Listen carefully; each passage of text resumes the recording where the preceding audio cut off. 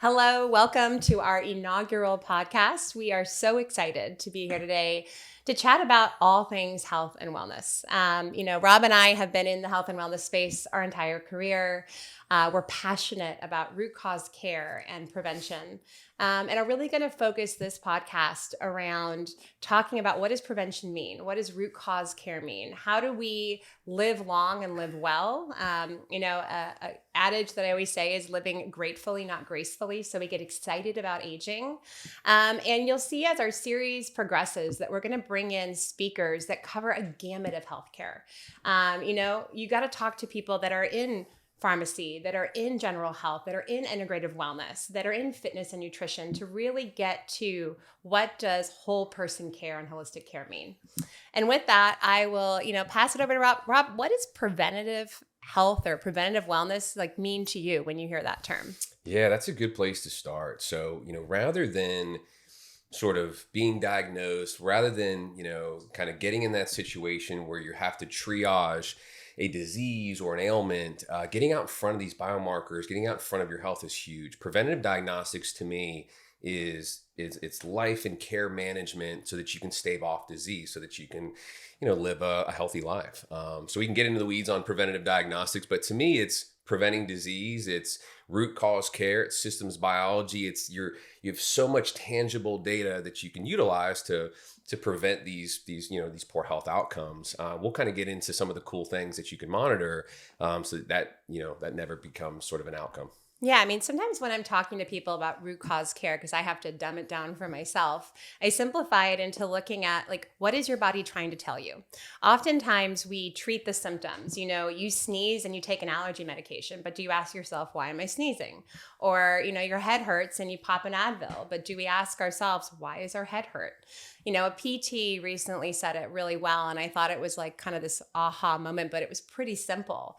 Pain is not a bad thing. There's so many of these components that we believe to be bad, but pain is our body's response to telling us something isn't working, something isn't functioning effectively, something is wrong in our body.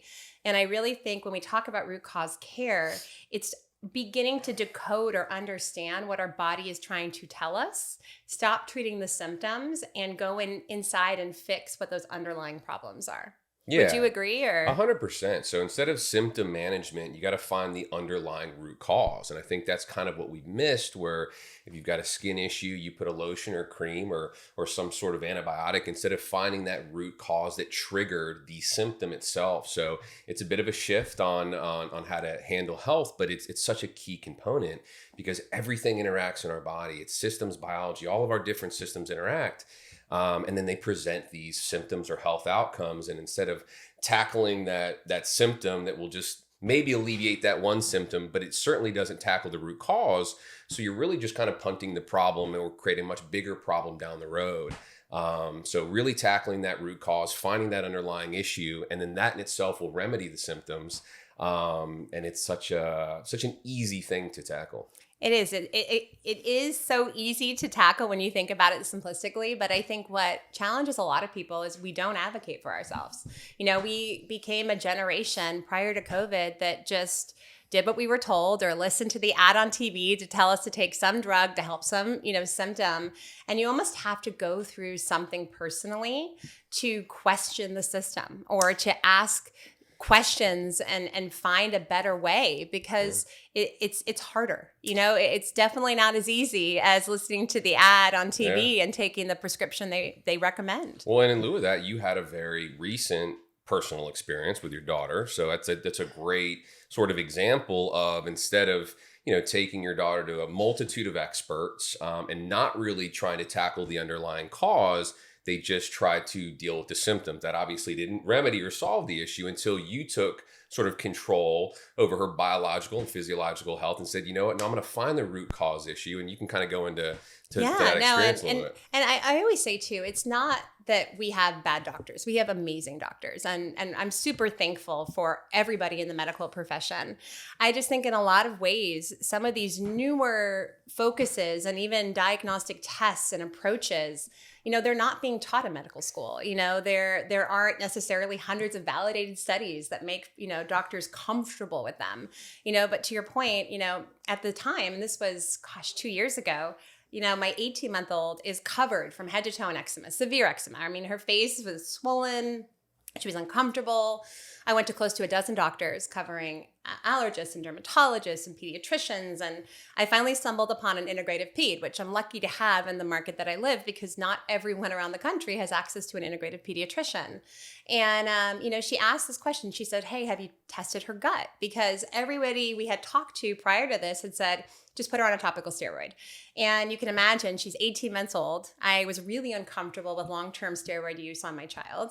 And so we ended up doing a comprehensive gut test, and it turned out that she had a parasite that we likely picked up on a vacation in Mexico. And we were able to treat the parasite and begin to heal her gut with different medications. And literally in a matter of 6 weeks, her skin completely cleared, and she hasn't had a single bout of eczema in almost 2 years. Yeah. And, I think that there's this, perception that if it's on the skin, it's because of the skin. But the thing is, not everything on the skin, in fact, most are not because of something you're putting on the skin. It's something that's going on internally. And not in every case. I think you have to ask your doctor and dig in. But, I tell people, I'm like, challenge the status quo. Ask more questions, do more research, and don't be afraid to advocate for yourself, because just because one doctor tells you that's not possible doesn't mean every doctor will. Yeah, and the amount of people that are walking around suffering from eczema and psoriasis and acne and all these skin issues, and they're taking a multitude of creams and antibiotics and pills that are leading to even more worse symptoms of hormone dysregulation, when a lot of times it's environmental or it's dietary. A lot of acne is triggered by highly processed foods and sugars. So many of these skin issues are easy to remedy. And it's tough because they're very common. There's millions of people dealing with debilitating skin issues. The skin is our largest organ. It's going to absorb so much from the external environment, but then internally what we consume is going to play such a significant role in how that organ presents itself to the outside world. So that's such a great example. And I know tangibly, if you're having skin issues, or if you've dealt with these, which most of us have to some degree, it's mineral depletion or lack of hydration or high levels of sugar intake or metabolic issues. There's so many unique things from the external environment and internal composition of what we consume that can play such a vital role in having healthy skin. So it's so interesting. You touched on something, and I remember we had this discussion, because we always talk about, you'll hear people say, well, I don't need to supplement because I eat healthy. Yeah. And I was one of those people. I was like, I'm a really healthy eater. Why do I have to take a supplement? I should get what I need to out of my food. And I remember you and I talking about this. I'm like, hey, I drink a lot of water. Why would I be mineral deplete? Hey, I eat really healthy. Why would I be nutrient deplete? And, you really hit on some things, because I think a lot of people say, well, my grandparents weren't nutrient deplete. Why would I be nutrient deplete? Yeah. Can you explain a little bit about, the changes even in things as grounding as our soil in the last 20 to 30 years that have impacted the quality of our food and the water that we drink? Yeah, I mean, this is a podcast in itself, but it's such an important thing. We have over 100 trace minerals in our body that do a multitude of metabolic functions that are wildly necessary for us to function at a high level. And traditionally, we got those trace minerals in our food because they were in our soil. But you have sort of 3 to 4 decades of over farming and practices that are just not healthy, with the abundance of pesticides and herbicides and all the things being sprayed on the crops. It's denaturizing all these natural byproducts. So what we used to get all these great minerals from our food, we're not getting, and we kind of need to supplement with. And you find that people are like, I drink a lot of water. And it's like, well, if you're mineral deficient and you're drinking purified water, you're actually going to extract more nutrients from the body doing that. So it's actually even more harmful. So, we've now gotten to a point where, like you said, we have to add these trace minerals back into our water because our soil is so depleted from these these wildly important trace minerals. And it's this is kind of where the game changes, right? This is the kind of the evolution of where we're at, and it's frustrating because most people are a little disenfranchised. We're big ag and big food have taken us.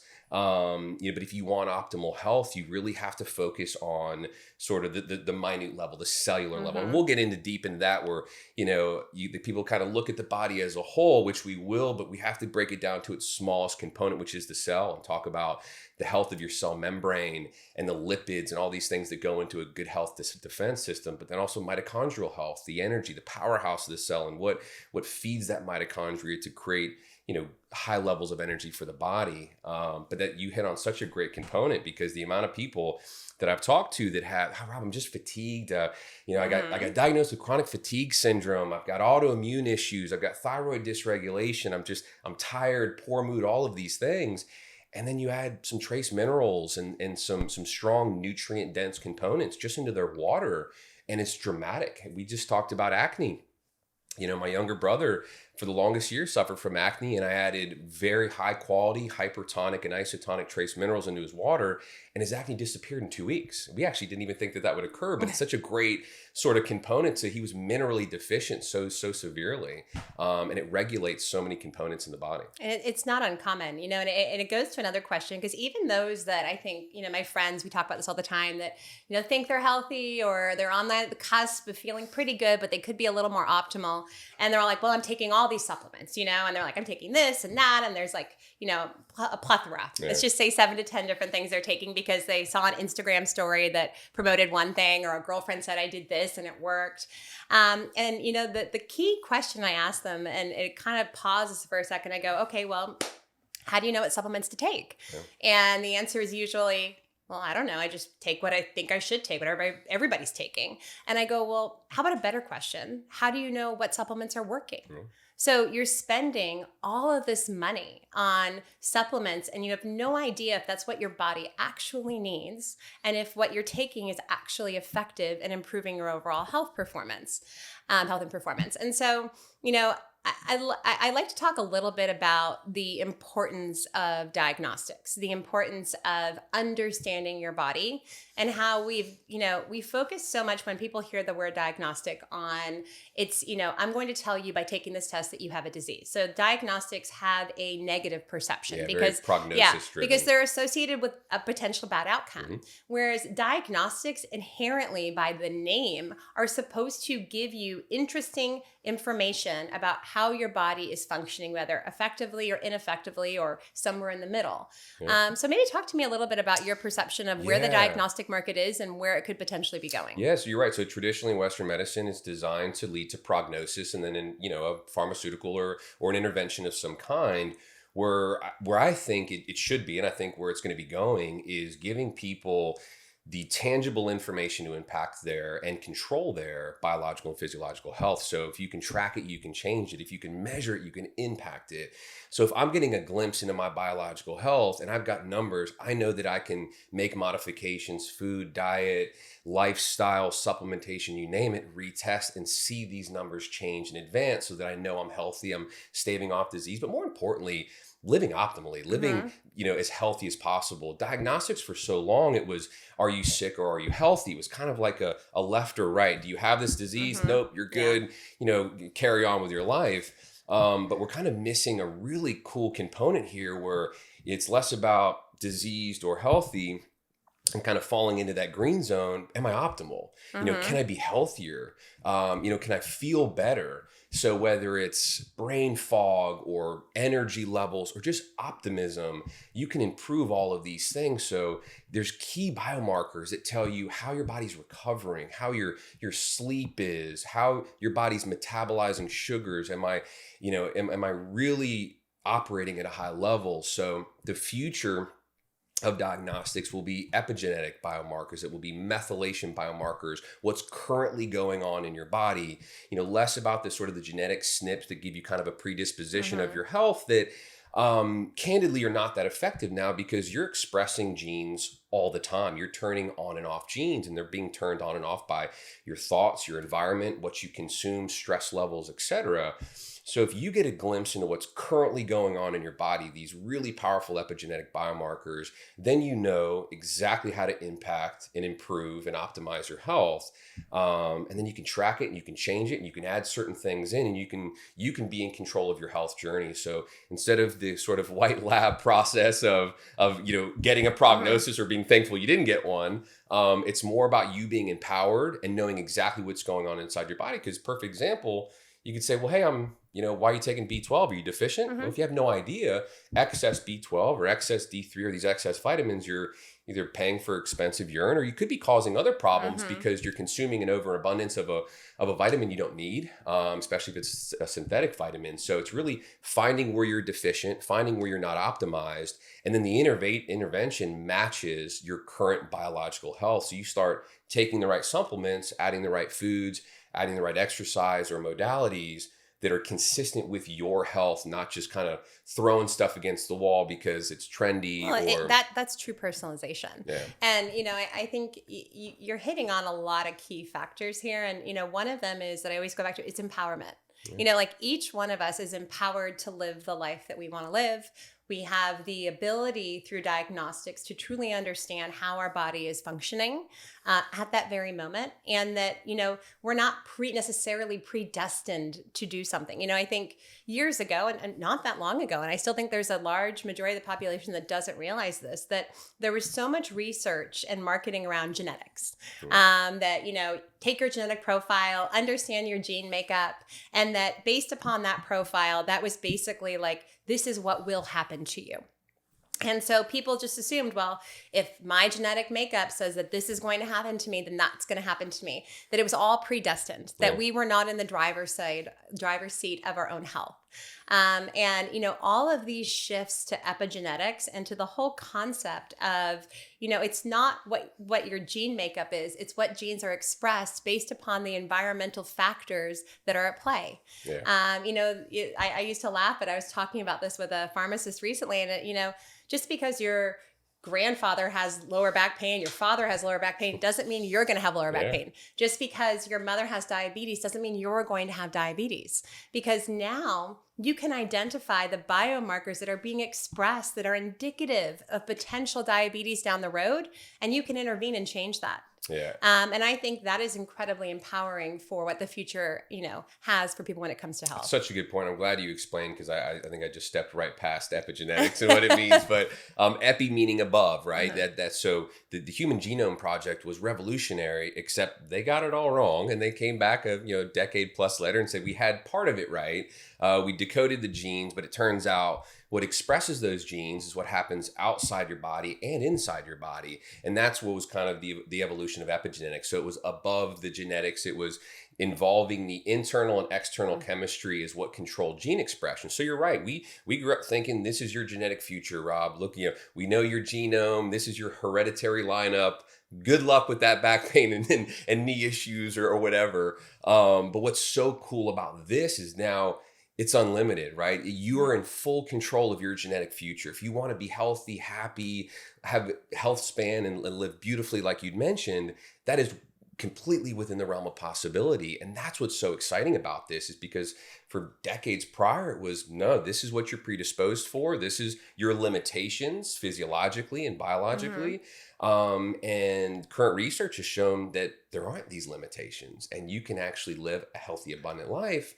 And this is where the diagnostics come in, where why not get a glimpse of these unique biomarkers so that you're making sure that things are not happening beneath the surface, so that you can control. So oxidative stress or senescent or dying off cells, inflammation, if you can get these numbers, and if you have high or low or whatever it is, and then you start to make modifications to make sure you don't have excess inflammation or chronic inflammation or excess oxidative stress.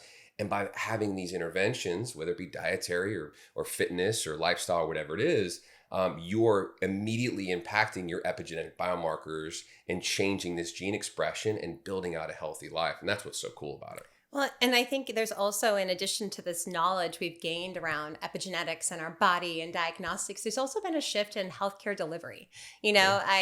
I say this all the time, but I haven't had a primary care doctor in probably 20 years. I'm aging myself right now.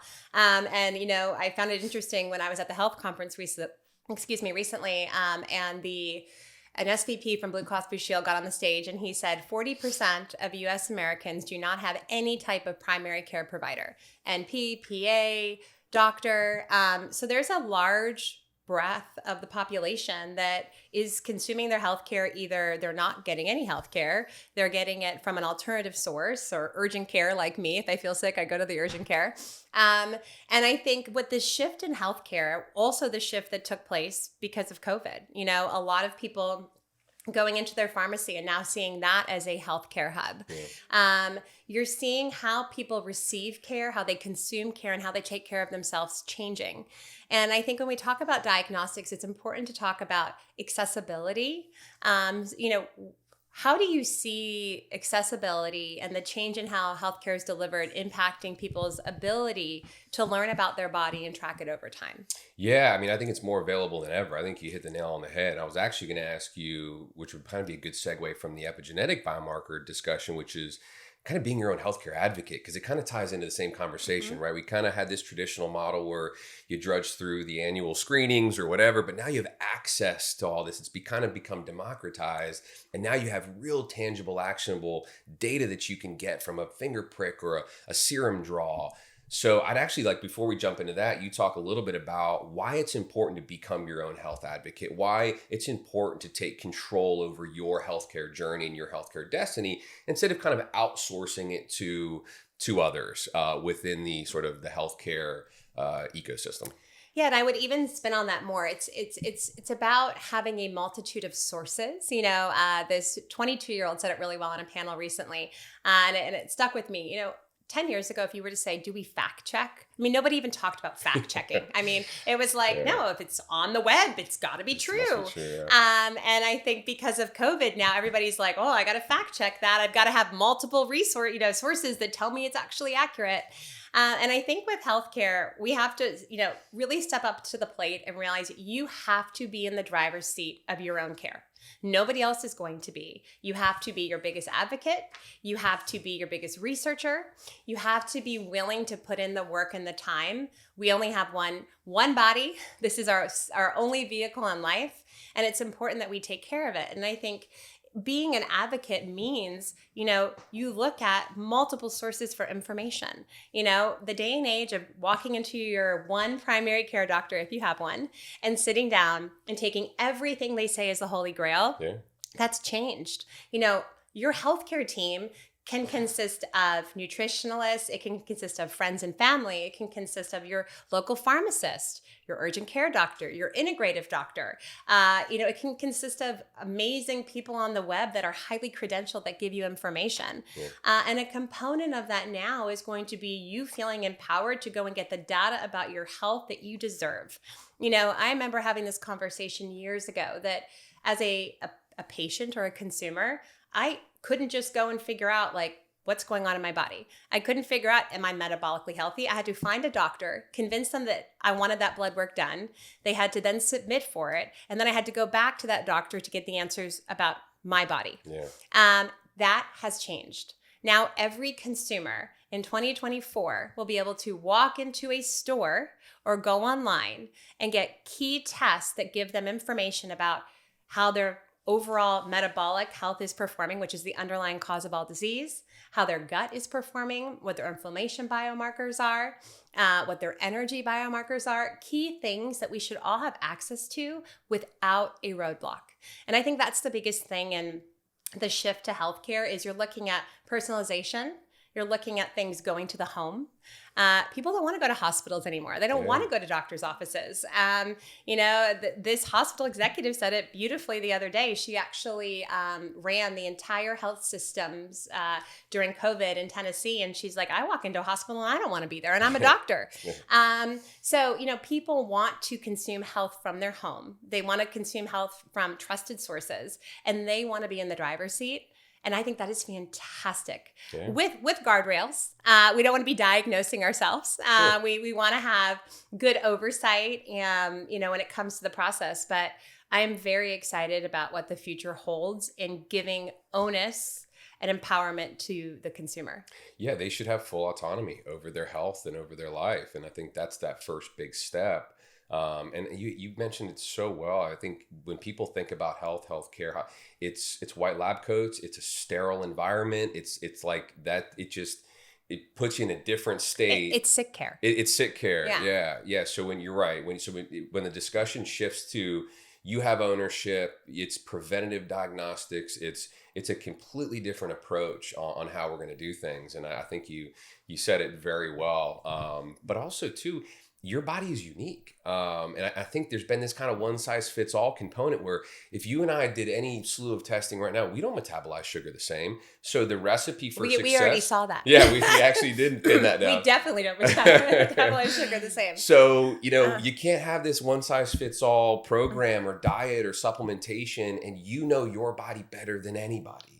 And you're going to know when interventions or modalities have an impact and they're changing things for you. So you having autonomy, full control, but also the information that's occurring within so that you can adjust and control things is so cool and so powerful. And now that we actually have the resources and this critical mass that's giving you the opportunity to get tested in your own house and have access to the things that you need. And I think that's what's so exciting to kind of segue back to the diagnostic portion, because that's that information, right? A lot of it can be anecdotal. It could be placebo. Yeah, I'm taking some supplements. I feel better. But really being able to measure it so that you can impact, being able to track it and change it so that you can adjust your program.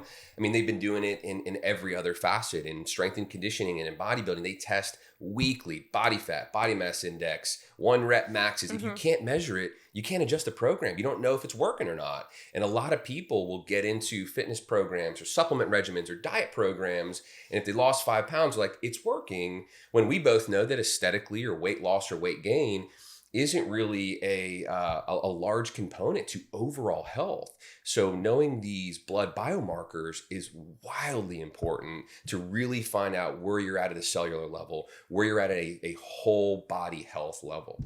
Well, and I think sometimes you get surprised. The interesting thing that I'll say is, it's looking at all the factors. So you could take a blood test and find that your inflammatory markers are high. You could find that your stress markers are high.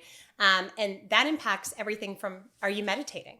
What are you eating? Are you sleeping at night? Yeah. Some things that are actually relatively easy to fix, and you don't understand the physical implications of not fixing them. Yeah. I mean, one of the ahas I had in a recent test I took was, I don't eat any sugar outside of drinking my occasional glass of wine. I'm very low on sugar. I'm not a cake or a candy person. And my sugar numbers weren't good. And my body was not effectively metabolizing sugar. I never would have thought that. Yeah. And I never would have, introduced a supplement to help my body metabolize sugar for a problem I didn't even know I had, which could have had long-term, ramifications and relating to making me at a higher risk for diabetes down the road. Sure. So you have to know these things about your body in order to, stave off disease, in order to, keep yourself as healthy as possible for as long as possible. One of the other kind of interesting things that came out recently is there was a study done by Duke University where they said that if you were diagnosed with diabetes before the age of 60, that your risk of developing Alzheimer's doubled. And I think that's important, these types of studies to talk about, to think about, because we don't link things like that. We don't link that, okay, maybe I'm metabolically unhealthy, maybe I'm at a high risk for diabetes. I don't immediately go, that means I'm at a high risk for Alzheimer's. Yeah. But everything is so interlinked. In fact, recently they started calling Alzheimer's type 3 diabetes. Yeah. And, I was like, what? How are they interlinked? Can you explain to me, what they're saying about that? Yeah, it's so funny too, because your test was illuminating, right? You're somebody that doesn't consume a lot of high processed sugars, or really a lot of glucose in general. But then when you start to see your fasting glucose, your insulin numbers high, it's a bit of a head scratcher, right? But then you took steps to add a glucose disposal agent and start to do some things to remedy that excess glucose in your blood. Because as people know, if the cell itself is not, glucose isn't binding with insulin and taking it into the cell and creating ATP and energy, that it will circulate in the blood and it becomes toxic, it becomes harmful, it increases glycation and aging and can cause a remedy of issues. But the real important part there is metabolism, right? So metabolism Wait, is I'm gonna pause you for a second. When you say metabolism, yeah, do you mean like let's get how into that. skinny I am? Yeah. Just so that we're all clear on this. Yeah, so in the I guess we'll do the nitty gritty of it, but your body's ability to break down sugars, to metabolize nutrients effectively, to run all of its systems. So in your case in particular, your body's ability to break down glucose, utilize it for cellular energy, and then dispose of anything excess. And obviously, you took some supplementations to aid in that. But you touched on things like neurodegenerative disease and diabetes and Alzheimer's. And it's like, where's the connection? But what you just mentioned, which is everything is connected. So if you have poor metabolic health, right? If your body isn't functioning metabolically well, that's at the underpinning of all chronic disease. I mean, heart disease, cardiovascular disease, the biggest killers, and neurodegenerative disease. So it leads to aging and it leads to chronic disease. So something as simple as understanding your insulin levels, your glucose levels, your beta cell death levels, which produces the insulin in the pancreas. These are these little markers that you could be staving off dementia by just making small modifications like walking after dinner for 15 minutes after a large meal. You'll dispose of the glucose 50% stronger and faster and quicker. So these little low-hanging fruit things that you can do to metabolize the food that you consume at a better level. Obviously, exercise and hypertrophy and cardiometabolic stuff is helpful as well at disposing excess glucose. But yeah, I candidly wouldn't have thought, wow, where's the connection between diabetes and Alzheimer's? But again, it goes back to that systems biology, root cause care. Everything is connected. And if we can't metabolize sugars, we cause sort of a cascade of issues in our body. This sugar recirculates and becomes very harmful to all the systems in our body. And it's so cool because I read a recent study that I think probably a different one that you'd mentioned, because now there's starting to become all this research on type 3 diabetes, which is kind of that neurodegenerative, all-encompassing space. But you talk about getting early indications of neurodegenerative disease with simple biomarkers like your beta cell function, beta cell death, fasting glucose, insulin, C-peptide. These are the things that if you address now, you could be preventing neurodegenerative disease from 20 years down the road. You're somebody who focuses a lot on health and wellness. If you had to think of the one thing you do every day to optimize your health, what would you say it is? Man, that's tough. I'll give you one, not 5. Can I go 3? Okay, we'll get to 3. So, man, there's so many important things. I think movement is huge, right? So you have to be moving. Movement is life. Movement is growth. So I'm moving at some point. Either it's walking, if it's exercise, resistance training, applying a force. There's so many phenomenal studies that show a correlation between skeletal mass and longevity or health span, grip strength and health span. So how much muscle we have, we're highly effective at metabolizing sugar, and in general, it leads to excess or an increased health span. If I had to pick 3 top things, it would be movement, i.e. exercise, sleep. Sleep is so important. It's wildly overlooked, but what goes on while we sleep is so unique in flushing cerebral spinal fluid and our body really regenerating itself. It's the only time throughout these 24 hours that we're not consuming food and metabolizing. So our body actually has time to repair itself and fix damaged and diseased cells, or go through autophagy and apoptosis and cleanse the body of any harmful toxins. So I'd have to say sleep would be number 2. And number 3, it's what we consume. So water and food, high quality sources of water and high quality sources of food. We are what we eat. Food is medicine.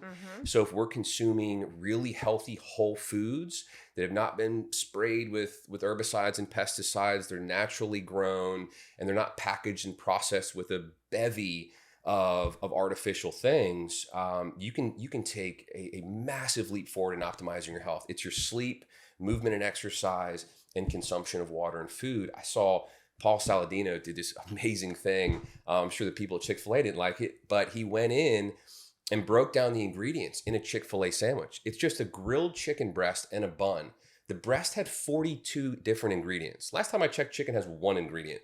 The bun had 61 different ingredients. So you eat a grilled chicken sandwich, which you think is healthy. It's kind of how it's marketed. And it has over 100 different ingredients. So these are all chemicals that have not been tested longitudinally in how it interacts with our body. So there's all these kind of question marks of why we're seeing a cascade of poor health outcomes, but you don't have to look very far. So yeah, I mean, I would like to stretch that from 3 to 5 because I've got a whole lot of things that I like to do as well. But you have to have high quality sleep. You have to have some movement. If you're sedentary, you will decay, your bone density will decrease, your skeletal tissue will decrease. And being stagnant and sedentary will lead to chronic disease. Well, it also impacts your mental health. Yeah. We always say if you're not feeling well, you got to get up and get moving because it gives you energy. It changes your mood, being outside. I joke we could probably have an episode on each one of those because I remember when you say, oh, it's all about sleep. And I'm like, how do you hack your sleep? I mean, I get in bed and I close my eyes and I hope I sleep well. There's so many components of that, and we'll talk about that in the future. And I also think there's so many components to eating healthy quality food and water, or drinking water and eating healthy quality food.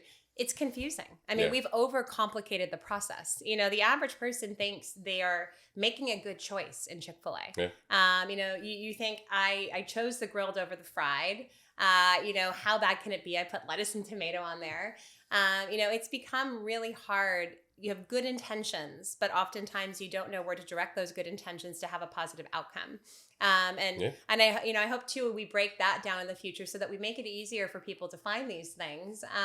And then going back to the whole component of diagnostics, measure the impact of making those changes. Because you think if you do a diagnostic and you understand, I'll just use inflammation because it's simple, your inflammation biomarkers are not good. And something as simple as changing your sleep habits could have a dramatic effect on reducing your overall inflammation risk profile. Yeah. Changing your mental outlook, changing how stressed you are. These are all things that put an effect on your body.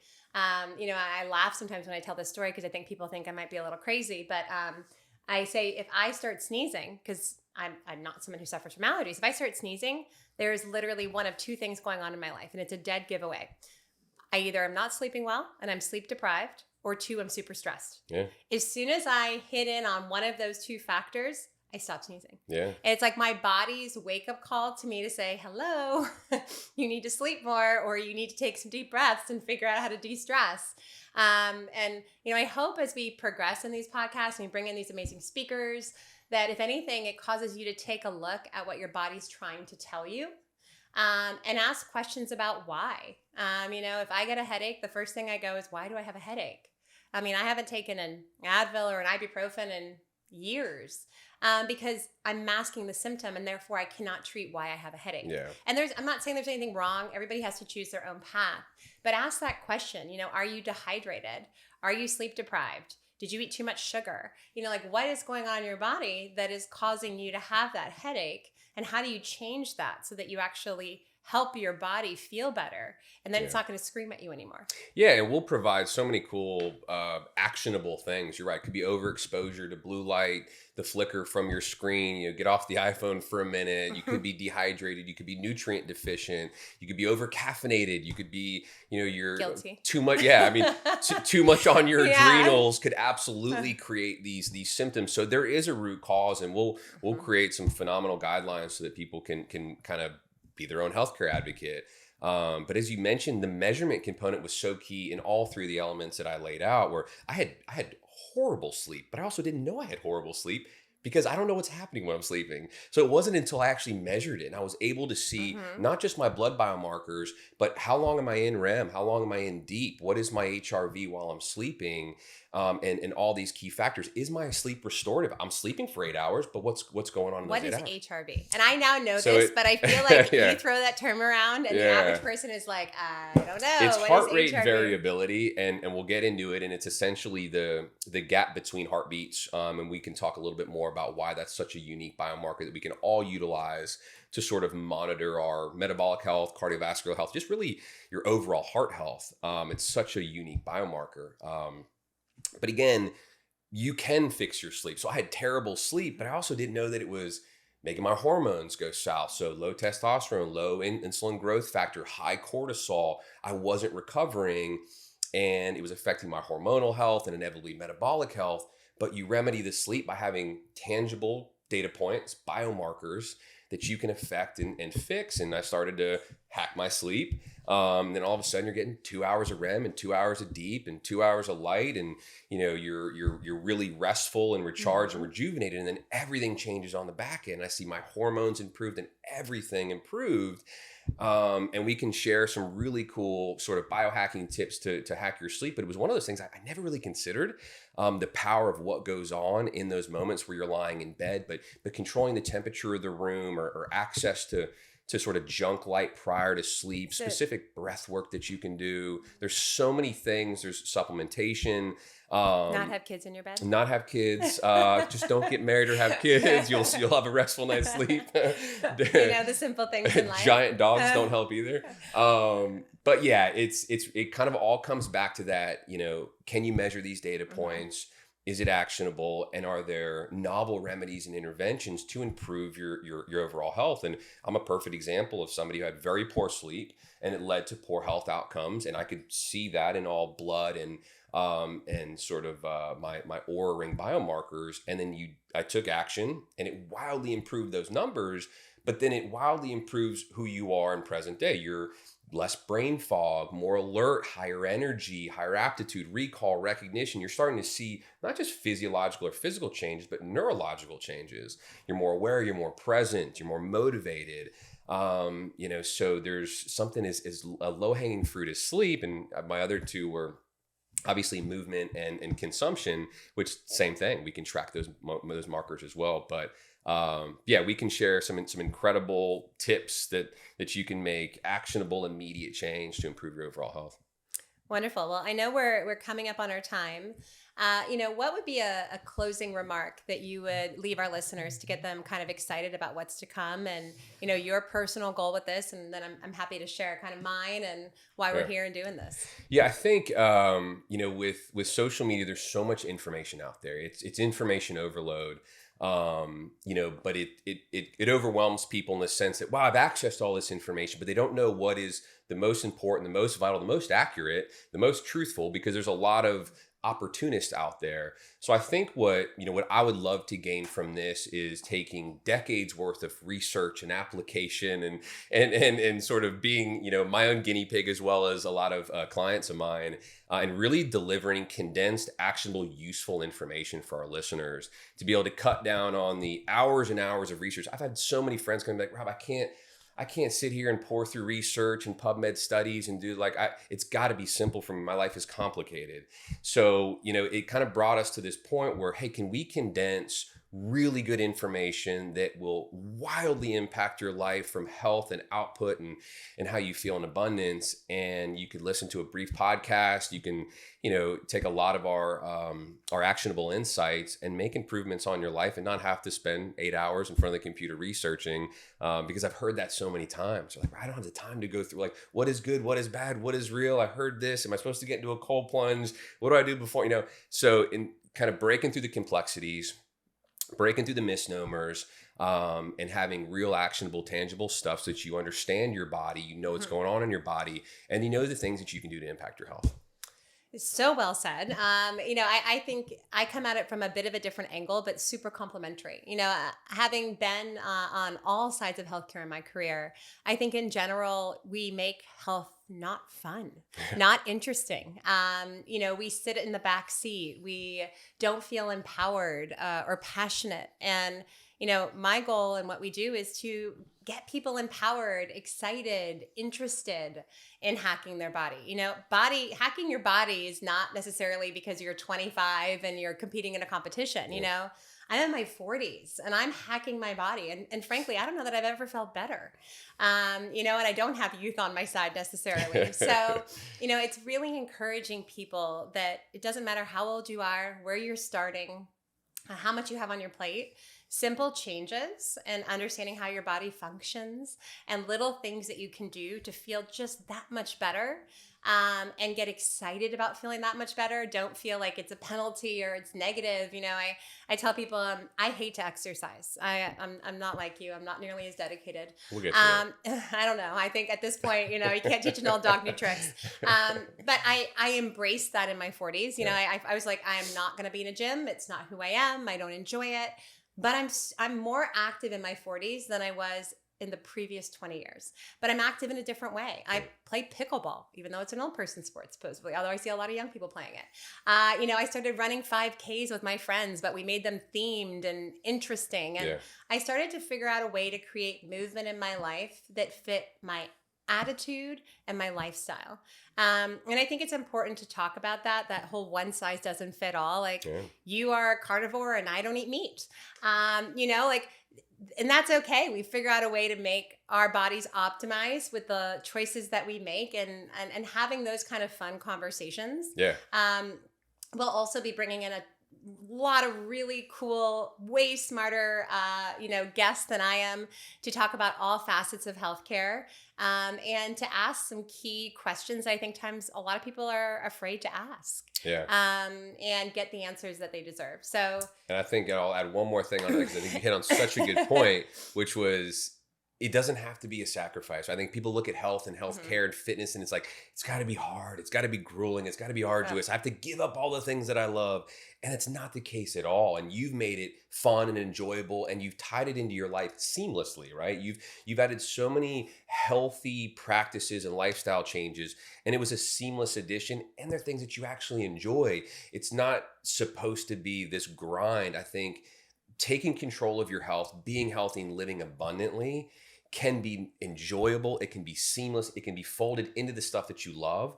And there doesn't have to be this massive sacrifice where you're eating sticks of broccoli all day long because you think that's what equates to optimal health. So hopefully we can shed some light on, how you can live a lifestyle that is amenable to the things that you love, but at the same time, you're optimizing your health, you're creating health span and longevity. And I'm so glad you made that segue, because it's such a big component, because people are not if they got to choose between living a happy life or being healthy, people are always going to choose to do what they want to do. And I don't think there's a gap between those. I think happiness and health go hand in hand. And I hope, with this podcast, that we can really marry those two components of the kind of the happiness is through the health, and it can fold into your life in such a cool fashion. Hopefully we can give you some cool tips and some insight on how to achieve that. Wonderful. Well, with that, stay tuned for some other podcasts that'll be coming out, and leave comments so we can get some ideas of what you want to learn about.